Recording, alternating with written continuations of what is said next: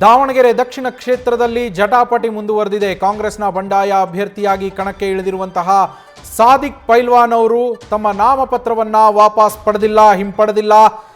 ರಿಜ್ವಾನ್ ಅರ್ಷದ್ ಹಾಗೆ ಸಲೀಂ ಅಹಮದ್ ಅವರು ಅಲ್ಲಿಗೆ ತೆರಳಿ ಅವರ ಮನವೊಲಿಕೆಯ ಯತ್ನವನ್ನ ನಡೆಸಿದ್ರೂ ಕೂಡ ಅದು ಸಾಧ್ಯವಾಗಿಲ್ಲ.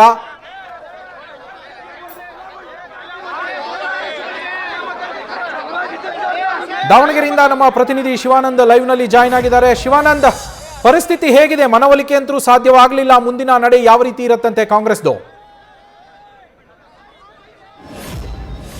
ಖಂಡಿತ ನವೀನ್, ಏನಂತಂದ್ರೆ ಇದೊಂದು ಕಾಂಗ್ರೆಸ್ಗೆ ಇದೊಂದು ರೀತಿ ಕಗ್ಗಂಟು ಅಂತಾನೆ ಹೇಳ್ಬೋದು. ಯಾಕಂದ್ರೆ ಈ ಒಂದು ದಕ್ಷಿಣ ವಿಧಾನಸಭಾ ಕ್ಷೇತ್ರದಲ್ಲಿ ಮುಸ್ಲಿಂ ಮತಗಳೇ ಅಂತಿಮ ನಿರ್ಣಯ ಅಂತಾನೆ ಹೇಳ್ಬೋದು. ಅದರಲ್ಲೂ ಕೂಡ ಏನು ಈ ಪೈಲ್ವಾನ್ ಅವರು ಇದ್ದಾರೆ, ಕಳೆದ ಒಂದು 30 ವರ್ಷಕ್ಕಿಂತ ಹೆಚ್ಚು ಕಾಲ ಈ ಒಂದು ಪಕ್ಷದಲ್ಲಿ ದುಡ್ಕೊಂಡು ಬಂದಿದ್ದಾರೆ, ಈ ಒಂದು ಪಕ್ಷವನ್ನು ಕಟ್ಟಿದ್ದಾರೆ. ಅದರಲ್ಲೂ ಕೂಡ ಶಾಮನೂರು ಶಿವಶಂಕರಪ್ಪನವರ ಪಕ್ಕ ಬಲಗೈ ಬಂಟನ ಅಂತಾನೆ ಹೇಳ್ಬೋದು. ಅವರು ಇಲ್ಲದಂಥ ಸಂದರ್ಭದಲ್ಲಿ ಈ ಒಂದು ಕ್ಷೇತ್ರವನ್ನು ನಾನು ಅಭಿವೃದ್ಧಿ ಪಡಿಸಬೇಕು ಅಂತೇಳಿ ನನಗೆ ಟಿಕೆಟ್ ಕೊಡಿ ಅಂತೇಳಿ ಕಳೆದ ಒಂದು 3-4 ತಿಂಗಳ ಹಿಂದೆನೇ ಕೂಡ ಸಂಬಂಧಪಟ್ಟಂತ ಜನಪ್ರತಿನಿಧಿಗಳಿಗೆ ಪೈಲ್ವಾನ್ ಅವರು ಭೇಟಿಯಾಗಿದ್ರು. ಆ ಒಂದು ಭೇಟಿಯಾದ ಸಂದರ್ಭದಲ್ಲಿ ಅಂದರೆ ನಿನಗೆ ಈ ಬಾರಿ ಟಿಕೆಟ್ ಕೊಡ್ತೀನಿ ಅಂತ ಆಶ್ವಾಸನೆ ಕೊಟ್ಟಿದ್ದರು. ಆದರೆ ಕೊನೆಯ ಕ್ಷಣದಲ್ಲಿ ಅಂದರೆ ಎಸ್ ಮಲ್ಲಿಕಾರ್ಜುನ ಅವರ ಮಗ ಆಗಿರತಕ್ಕಂಥ ಸಮರ್ಥಿಗೆ ಟಿಕೆಟ್ ಕೊಟ್ಟಿರ್ತಕ್ಕಂಥ ಹಿನ್ನೆಲೆಯಲ್ಲಿ ಈಗ ಪೈಲ್ವಾನ್ ಅವರು ಏನಂದರೆ ಬಂಡಾಯವನ್ನು ಎದ್ದಿರುವಂಥದ್ದು. ಈಗ ಈ ಒಂದು ಬಂಡಾಯ ಎದ್ದಿರ್ತಕ್ಕಂಥ ಹಿನ್ನೆಲೆಯಲ್ಲಿ ಕಾಂಗ್ರೆಸ್ ಲೀಡರ್ಸ್ಗಳಿಗೆ ಇದೊಂದು ರೀತಿ ನುಂಗ್ಲಾರದಂಥ ತುತ್ತಾಗಿರುವಂಥದ್ದು. ಯಾಕಂದರೆ ಸುಮಾರು 64,000ಕ್ಕಿಂತ ಹೆಚ್ಚು ಮತಗಳು ಏನಂತಂದರೆ ಈ ದಕ್ಷಿಣ ವಿಧಾನಸಭಾ ಕ್ಷೇತ್ರದಲ್ಲಿ ಮುಸ್ಲಿಂ ಮತಗಳು ಇರತಕ್ಕಂಥ ಹಿನ್ನೆಲೆಯಲ್ಲಿ ಎಲ್ಲೋ ಒಂದು ಕಡೆ ಡವ ಶುರುವಾಗಿದೆ ಅಂತಲೇ ಹೇಳ್ಬೋದು. ಯಾಕಂದರೆ ಶಾಮನೂರು ಶಿವಶಂಕರಪ್ಪನವರು ಈ ಒಂದು ದಕ್ಷಿಣ ವಿಧಾನಸಭಾ ಕ್ಷೇತ್ರದಲ್ಲಿ ಎಷ್ಟು ಬಾರಿ ಗೆದ್ದು ಬಂದರೂ ಕೂಡ 4 ಬಾರಿ ಗೆದ್ದು ಬಂದರೂ ಕೂಡ ಈ ಒಂದು ಜನಾಂಗದ ಒಂದು ಮತವನ್ನೇ ಹೆಚ್ಚಾಗಿ ಪಡೆದುಕೊಂಡು ಗೆದ್ದು ಬಂದಿದ್ರು.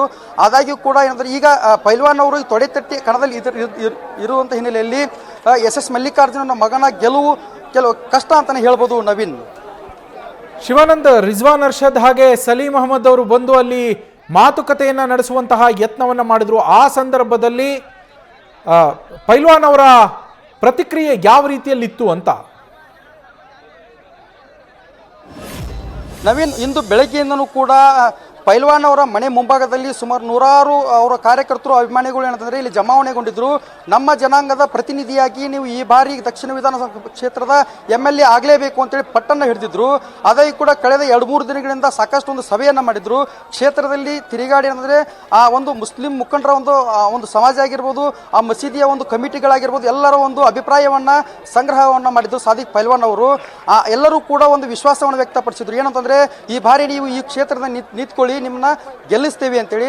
ಅದಾದ ನಂತರ ಸಾದಿಕ್ ಪೈಲ್ವಾನ್ ಅವರು ಆಗಲೇ ಕೂಡ ಮಾಧ್ಯಮಗಳಿಗೆ ಕೂಡ ಪ್ರತಿಕ್ರಿಯೆಯನ್ನು ನೀಡಿರೋದು. ಅಂದರೆ ಬೆಳಗ್ಗೆಯಿಂದನೂ ಕೂಡ ಕೇವಲ ನನಗೆ ಕರೆ ಮಾಡ್ತಾ ಇದ್ದಾರೆ.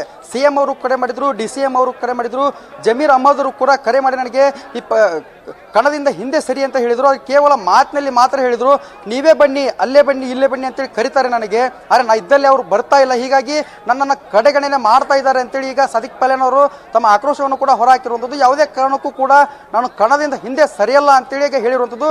ಆದರೆ ಕೊನೆ ಕ್ಷಣದಲ್ಲಿ ಏನಂದರೆ ಸಲೀಂ ಅಹಮದ್ ಆಗಿರುವುದು, ರಿಜ್ವಾನ್ ಅವರಾಗಿ ಈಗ ಮನವೊಲಿಸುವಂಥ ಪ್ರಯತ್ನವನ್ನು ಮಾಡ್ತಾ ಇದ್ದಾರೆ. ಆದರೆ ಮುಂದಿನ ದಿನಗಳಲ್ಲಿ ಏನಾಗುತ್ತೆ ಅಂದರೆ ಈಗಾಗಲೇ ಒಂದು ನಾಮಪತ್ರ ವಾಪಸ್ ಪಡೆದುಕೊಳ್ಳುವಂಥ ಸಮಯ ಮೀರಿ ಹೋಗಿರತಕ್ಕಂಥ ಹಿನ್ನೆಲೆಯಲ್ಲಿ ಏನು ಮಾಡ್ತಾರೆ ಕಾಂಗ್ರೆಸ್ ಲೀಡರ್, ಯಾವ ರೀತಿ ಈ ಸಮಸ್ಯೆಯನ್ನು ಬಗೆಹರಿಸ್ತಾರೆ ಅನ್ನೋ ಒಂದು ಯಕ್ಷ ಪ್ರಶ್ನೆ ಆಗಿದೆ. Naveen, thank you Shivanand.